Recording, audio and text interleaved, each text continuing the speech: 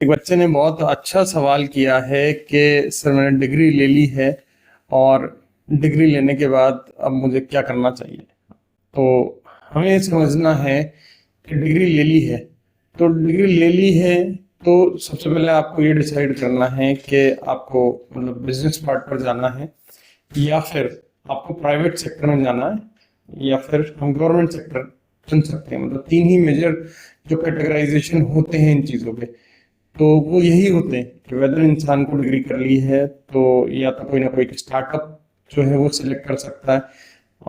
नहीं करना है स्टार्टअप में, उसका इंटरेस्ट नहीं है, कोई बिजनेस नहीं है, बिजनेस माइंडेड नहीं है, तो वो गवर्नमेंट जॉब की तैयारी करता है। There are number of government jobs जो आपको ग्रेजुएशन बेस पर निकलती हैं, आप उनकी तैयारी कर सकते हो।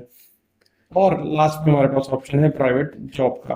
तो अगर आपको प्राइवेट जॉब अगर आपको करनी है तो प्राइवेट जॉब के बारे में आज हम जो है ये वीडियो बना रहे हैं।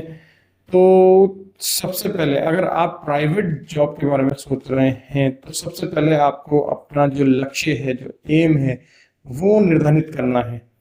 आप समझ चुके हैं कि क्या करना है आपको। जो आपका लक्ष्य है कि आपको करना क्या है, कौन से सेक्टर में जाना है, कौन से फील्ड में जाना है, वो आपको इसमें देखना पड़ेगा, समझना पड़ेगा। तो सबसे पहली चीज जो होती है, अगर आपने तीन सेक्टर में से एक सेक्टर चुन लिया है, तीन सेक्टर में से एक सेक्टर यानी अगर प्राइवेट जॉब, बाकी के दो सेक्टर हम अगले वीडियो में डिस्कस करेंगे।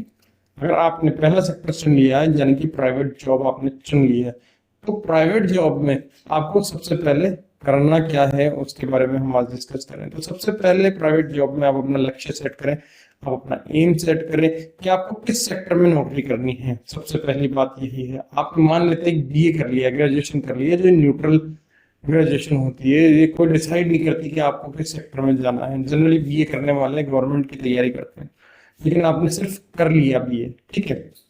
अब हम समझते हैं कि आपको सेक्टर डिसाइड करना है कि आपको किस सेक्टर में जाना है, आपका लक्ष्य क्या है, आप किस सेक्टर में नौकरी करना चाहते हैं, क्या आपका पैशन है, वो सारी चीजों पर आपको वर्क करना है, ठीक है।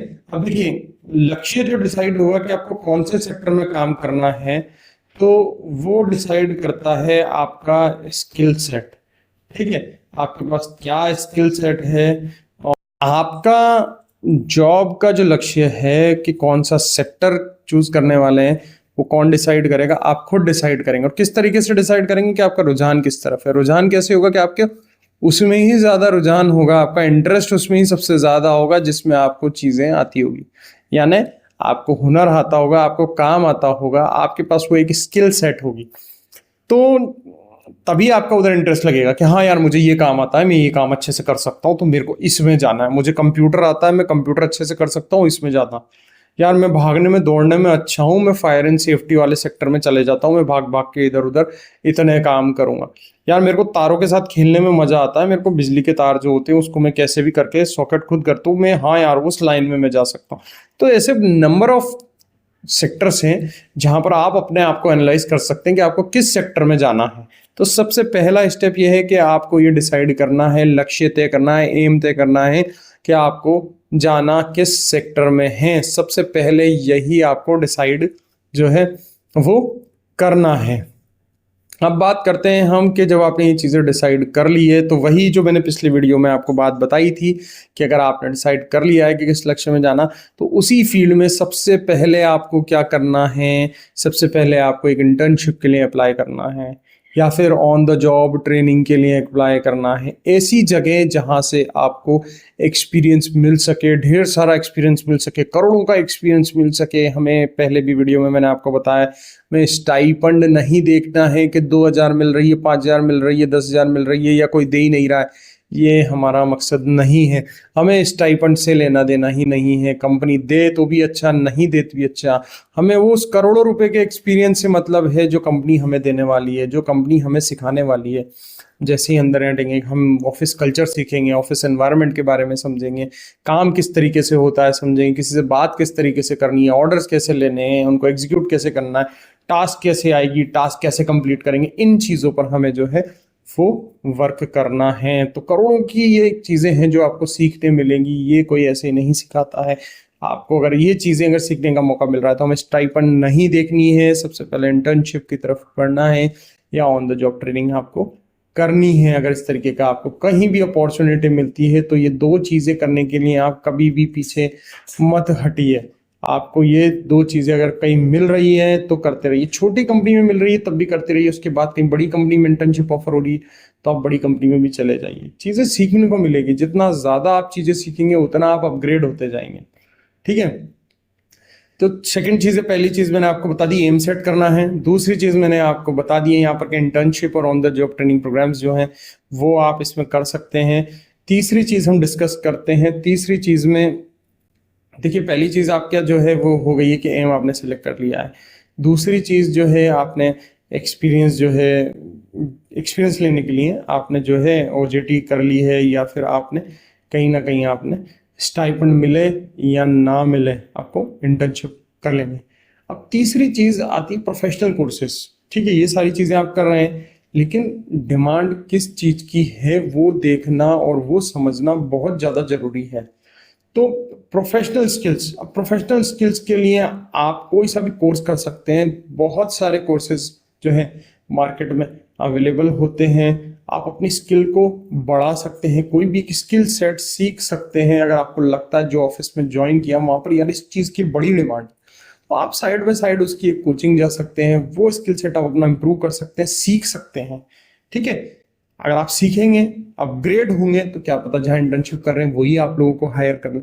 तो सीखना बहुत ज्यादा जरूरी है, ये हमने सीखना है। तीसरा स्टेप मैंने आपको क्या बताया है, पहला हमारा एम हो गया, दूसरा हमारा हो गया है इंटर्नशिप, तीसरा हमारा हो गया है कोई भी स्किल आपको सीखनी है।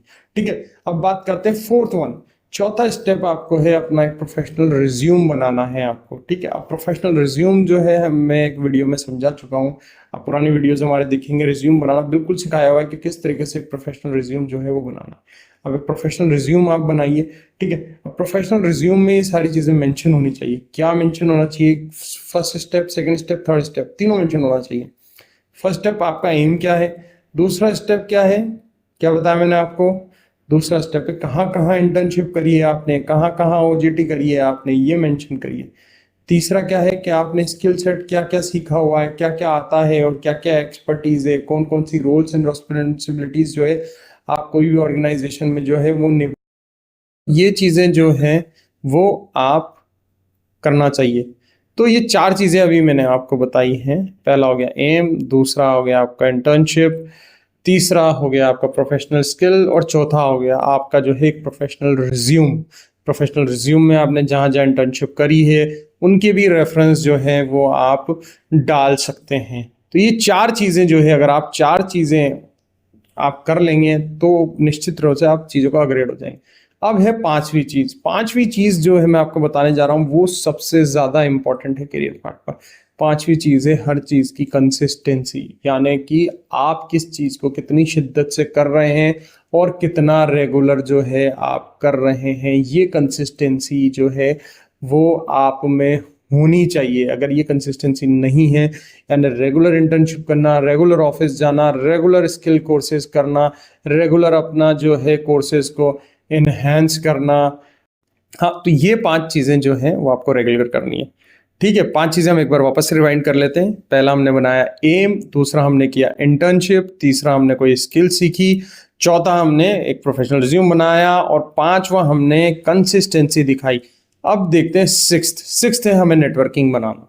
जितना ज्यादा नेटवर्क अच्छा होगा उतनी ज्यादा हमें अपॉर्चुनिटी मिलेगी। तो ये 6 स्टेप जो मैंने आपको बताई है इनको हमेशा याद रखना है।